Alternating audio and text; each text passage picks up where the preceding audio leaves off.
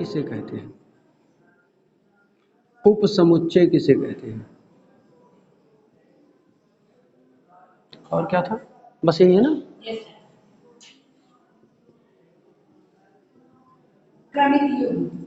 हाँ, क्रमित युग्म सही।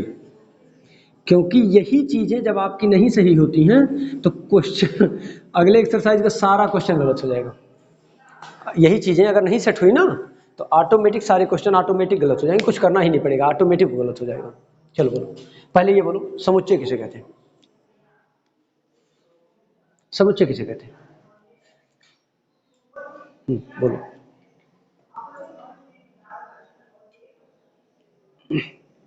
समुच्चय किसे कहते हैं?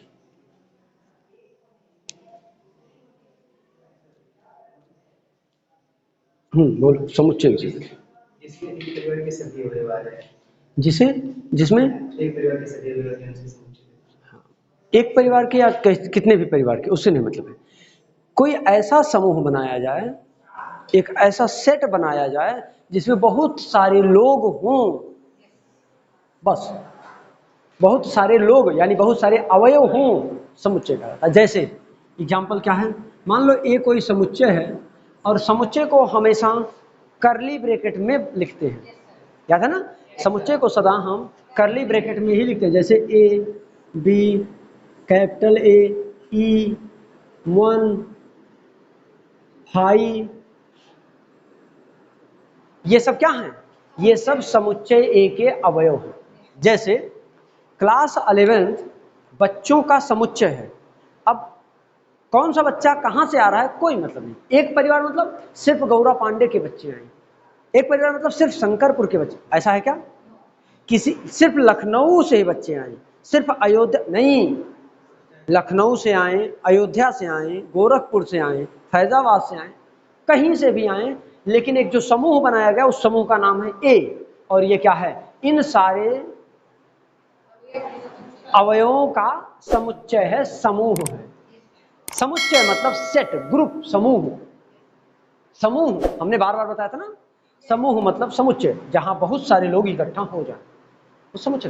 कहां से आए हम पता नहीं, ये नहीं जरूरी है कि सिर्फ अल्फाबेट हो तो अल्फाबेट हो, इसलिए 1 भी लिख दिया हूं, ई लिख दिया हूं, फाई लिख दिया हूं, स्मॉल ए लिख दिया हूं, कैपिटल ए लिख दिया हूं, मतलब किसी भी परिवार से बिलोंग कर सकते हैं वो, बस आके इकट्ठा बैठ जाएं, वो क्या कहलाते हैं?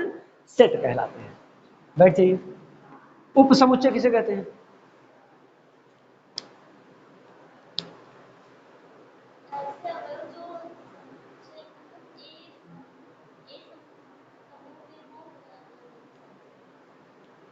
क्या कह रही है? ना वो जानती है ना मैं समझ पाया। अब तुम बता सकती हो तो बताओ। नहीं ये ना मत बताओ, इसके बारे में बताओ जो वो बता रही है।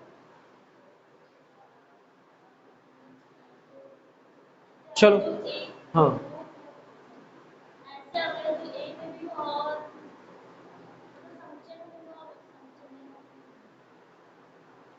इसमें भी हूँ उसमें भी हूँ, ये क्या? चलो बोलो, उप समुच्चय किसे कहते हैं?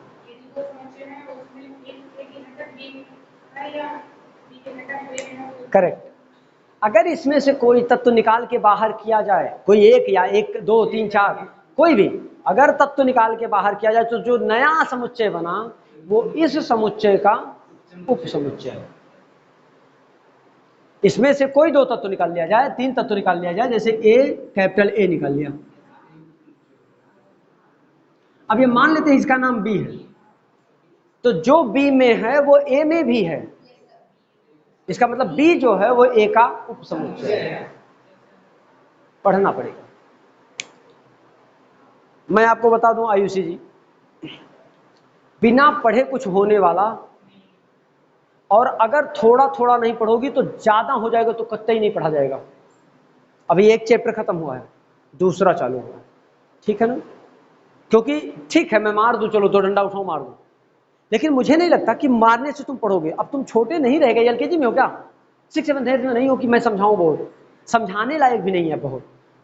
आपको पता होना चाहिए कि कल मेरा क्या होगा, राइट? क्योंकि अब तुम सोचने की कैपेबल हो गए हो कि कल फ्यूचर, कल मतलब फ्यूचर के बारे में सोच सकते हो कि अगर हम नहीं पढ़े तो क्या होगा, अगर पढ़ लिए अच्छे से तो क्या होगा। दोनों का परिणाम आपको पता है। मम्मी जैसा बनना है या मम्मी से अलग बनना है, समझाया ना? पापा जैसा बनना है या पापा से यूनिक बनना है ना, समझाया ना? ये सोचने की क्षमता अब आप में, मैं समझाना ज्यादा नहीं चाहता हूँ, इसलिए मैं इतना कह के छोड़ रहा हूँ, ठीक है ना? तो समुच्चय समझ में ऐसे डाउन, उप समुच्चय समझ में, क्रमित युग्म किसे कहते हैं बताओगी? क्रमित युग्म, बैठ जाओ, बैठ जाओ, नहीं बताओगे तो बैठ जाओ, खड़े हो जाओ। क्रमित युग्म किसे कहते हैं?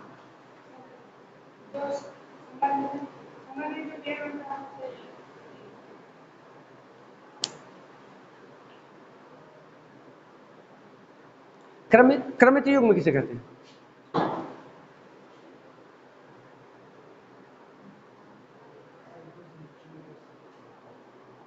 उसे क्रमित युग्म कहते हैं। क्रमित युग्म किसे कहते हैं?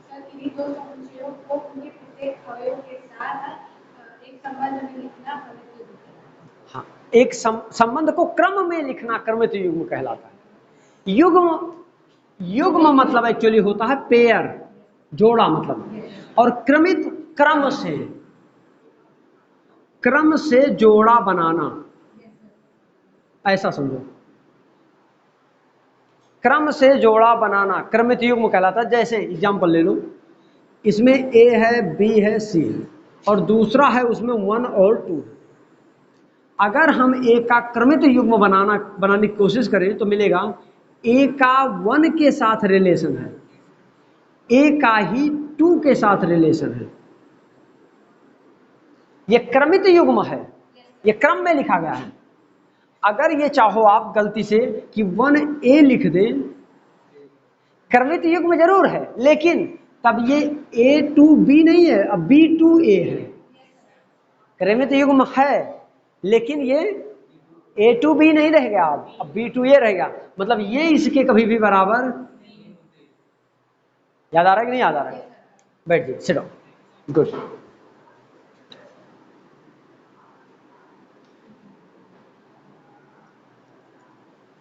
अब आता है तीसरी बात, प्रांत और परिसर। चलो, प्रांत किसे कहते हैं? कौन बताएगा? शिवम सिंह बताओ, शिवम बताओ, प्रांत किसे कहते हैं?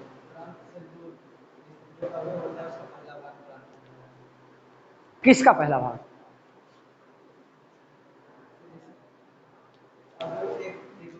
चलो, एक अवयव हम मतलब, अच्छा 3 4 लिखे, AB 3 4 2K, यानी कि आपके हिसाब से क्रमित युग्म के पहले अवयव हैं? क्रमित युग्म के पहले अवयव क्या कहलाते हैं? समझ आ गया ना? परिसर किसे कहते हैं? चलो, परिसर किसे कहते हैं? जो बोलो,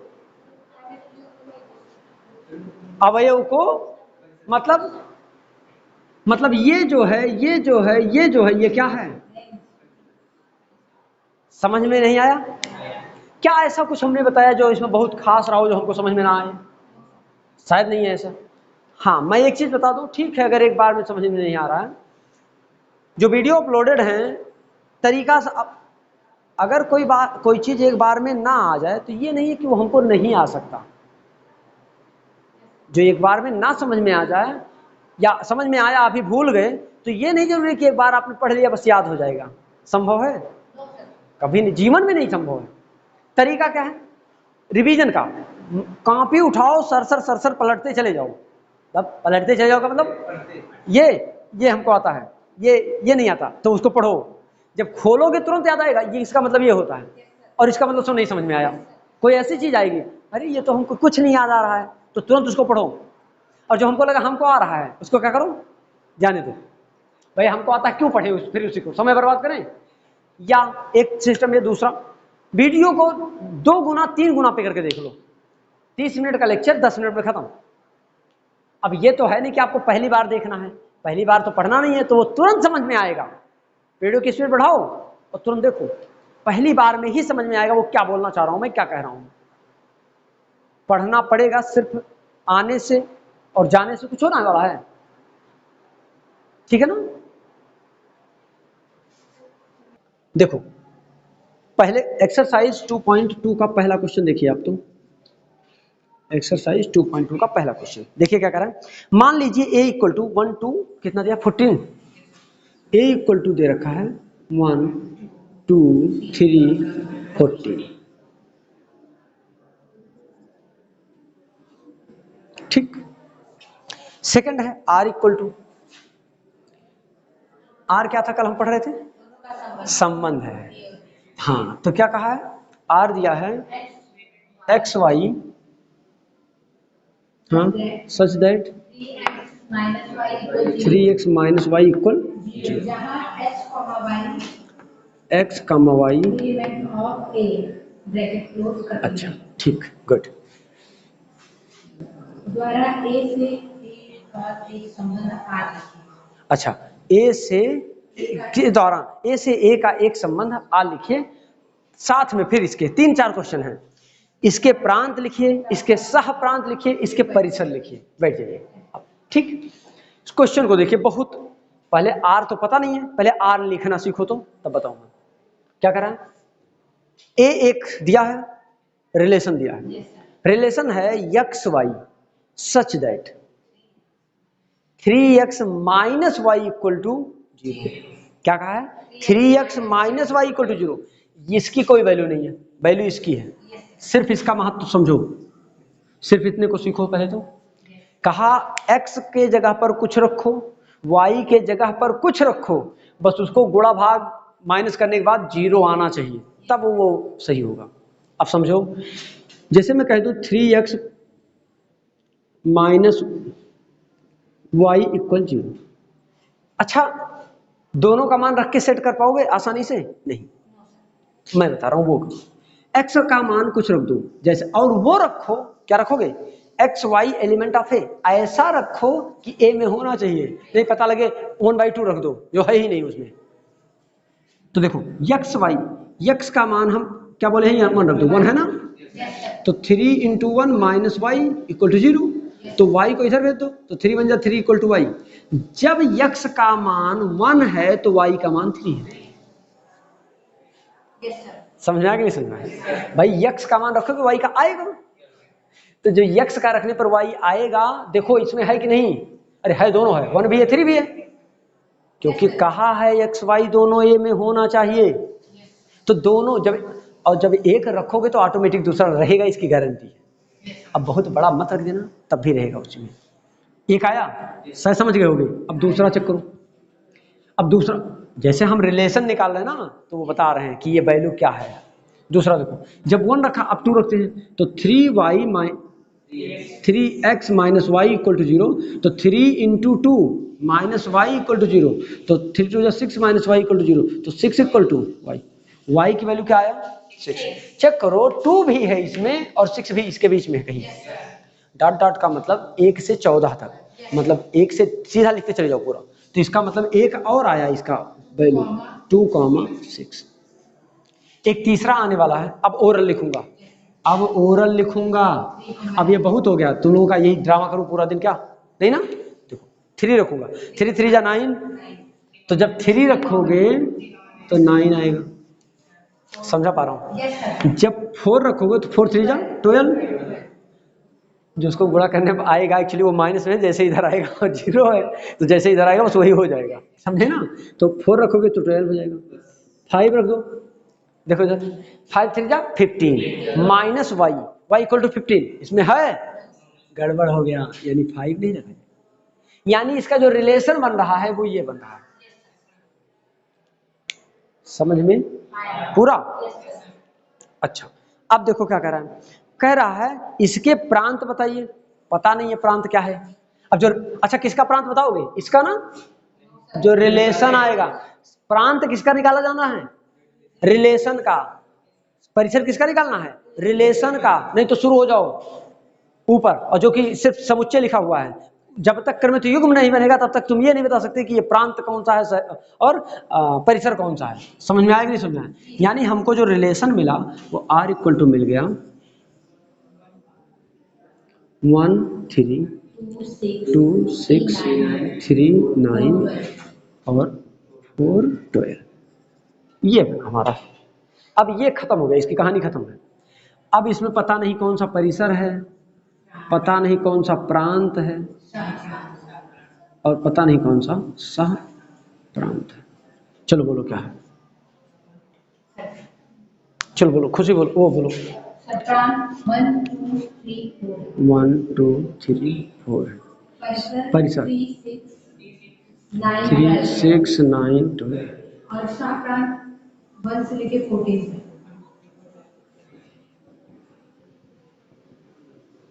कुछ बचा जो नहीं आया समझ में? क्वेश्चन आसान है टफ है? समझ में? मतलब सिर्फ कमाल यहां है, सिर्फ जैसे ये समझ में आएगा ना सारा काम बन गया। जैसे मान लो शंका हो तो आंसर देख सकते हो, मान लो शंका है, चेक करो तो आंसर, आंसर चेक करो क्या बता रहा है। गड़बड़ हो तो अभी सुधर जाएगा, कोई दिक्कत। क्रमित युग्म जब तक नहीं बनेगा तब तक प्रांत परिसर नहीं निकलेगा। जब तक क्रमित युग्म नहीं बनेगा तब तक प्रांत परिसर, ये याद कर लोगे तो भलाई तुम्हारी और हमारी दोनों की रहेगी। अच्छा एक गड़बड़ी हो गया है, ध्यान नहीं दिए होगे, अब सही है, समझाएंगे नहीं समझाएंगे? दूसरा क्वेश्चन मैं सिर्फ समझाने की कोशिश कर रहा हूं, देखो समझ में आ रहा है कि नहीं। प्राकृत संख्याओं के समुच्चय पर, क्या प्राकृत संख्याओं के समुच्चय पर r बराबर दिया है x y such that y equal to x plus 5, क्या y equal to x plus 5 संख्या यक्ष संख्या 4 से कम, यक्ष संख्या 4 से कम। समझ में आया होगा, यही मामला फंसेगा नहीं तो। फिर दूसरा कह रहा एक प्राकृतिक संख्या है 4 से कम, एक प्राकृतिक संख्या है। अब प्राकृतिक संख्या 4 से कम हम जानते नहीं है, समझ में आया होगा। फिर क्या कह रहा है, x y element of N, अच्छा एन क्या है, नेचुरल माने वही प्राकृतिक संख्या, यक्स और वाई दोनों प्राकृतिक संख्या है इसके रिगार्डिंग। फिर कह रहा है द्वारा संबंध आर परिभाषित कीजिए, मतलब एक संबंध पहले आर निकालो, पहले एक संबंध आर निकालो। इसमें देखो सेट भी नहीं दिया है, पहले इसमें तो सेट दिया था, एक काम आसान किया था, अब इसमें वो भी नहीं दिया है, लगेगा ही नहीं, बहुत टफ है। फिर थोड़ा सा और पढ़ूंगा। इस संबंध को रोस्टर रूप में इसके प्रांत और परिचय लिखो। रोस्टर रूप हमको याद नहीं है, अवयव दिखाई दे, सेट बिल्डर में गायब हो जाते हैं। सेट बिल्डर में तत्व, ये क्या लिखा था, सेट बिल्डर लिखा है, ये सेट बिल्डर है, और ये क्या है, रोस्टर में एक घर का एक एक सदस्य का चेहरा दिखना चाहिए, और इसमें रोस्टर में सिर्फ चाचा का दिखना चाहिए, बाकी सबका गायब। अरे मैंने मालिक का दिखे, बाकी सब गायब। अब इसको लगाऊं क्या, हो जाएगा? अच्छा सेट बता दो, बंद कर दो, सेट जब तक नहीं बताओगे तो कहां काम बनेगा। चलो खड़े हो जाओ, सेट बताओ, मान लूंगा लग जाएगा। चलो 1 2 3 4 सही है। 4 नहीं है क्योंकि उसने कहा 3 से कम, तो सॉरी 4 से कम, तो कम में 4 थोड़ा आएगा। एक बताते समय बहुत प्यार से समझाता हूं कि less than or equal to, तब तो 4 भी इन्वॉल्व है, और जब इसने सिर्फ ग्रेटर लगा इफेक्ट हो, अच्छा मैं ही डिस्टर्ब हूं ना, मैं ही डिस्टर्ब हूं। Less than or equal to 4 का मतलब है 4, अब 4 नहीं है, 4 छोड़ के, दीवार छोड़ के अब कहा है, और जब ये लिखा था इक्वल तो दीवार को भी गिनना था दोनों साइड की, तो यानी इस अवयव का नाम है ये। अब संबंध जो कहा है वो क्या कहा है, कुछ कहा है x y such that y equal to x plus 5, x plus, हाँ, और जो कहा दिया है यक्स वाई नेचुरल नंबर के एलिमेंट है, बस यही कहा है, ठीक है ना। अब देखो, अब मान के चलो ये भी लिखा है, ये भी लिखा है, क्या यही क्वेश्चन नहीं लिखा है? अब कौन लगा रहा है? पता नहीं प्रांत क्या होगा, पता नहीं सह प्रांत क्या होगा, पता नहीं परिसर क्या होगा, और लिखना किस रूप में है, रोस्टर रूप में। दिमाग मत लगा देना, रोस्टर मतलब यही लिख देना, जैसा ये लिखा है वैसे लिख देना। समझ में आया? सीधा समझ में आया कि नहीं? क्वेश्चन नंबर 3 देखिए, सिट डाउन प्लीज। ए दिया है equal to B equal to, A B में संबंध कैसा है देखो तो, ए बी में संबंध। अपना दिमाग मत लगा देना, जो मैंने संबंध बता दिया था वैसे मत रटने लगना कि चाचा मम्मी पापा वाला जो एग्जांपल दिया तो इसके एक तुरंत शुरू हो जाओ, नहीं, वो जो कहेगा वही करना है हमको, नहीं तो अपना दिमाग लगाना शुरू कर दो बीच में। कोई काम हम एक्स्ट्रा नहीं करेंगे, जो क्वेश्चन कहेगा सिर्फ उतना, ठीक है ना। देखो ए की वैल्यू दे रखा है, बी की वैल्यू दे रखा है, ए से बी में एक संबंध है जिसका नाम आर है, रिलेशन आर है। नीचे देखो आर इक्वल टू दिया है x y such that x और वाई का अंतर विषम है। क्या है? विषम। अंतर मतलब समझते हो, घटाना। एक नंबर से एक नंबर घटाया तो विषम आना चाहिए, सम ना आ जाए। और विषम संख्याएं वही होती हैं जो 2 से कट जाती हैं। अच्छा, जो 2 से, हाँ, तो थोड़ा सा ध्यान से सावधानी रहे क्योंकि मुझसे गलती हो जाती है। तो विषम है, फिर क्या कर रहा है, x element of A y element of B. ध्यान से देखिएगा, एक तत्व ए का हो और एक तत्व बी का हो, उसका अंतर क्या हो, विषम हो। जैसे मान लो, अच्छा लिखा नहीं क्या हमने, समझाना पड़ेगा क्या, आसान लग रहा है। और इसको रोस्ट कर लेंगे ना, बोल छोड़ दूं आ गया वो, अगर समझ में आ गया तो छोड़ दूं, वास्तव में छोड़ दूं, मजा लग रहा है हमको, अच्छा लग रहा है, छोड़ू।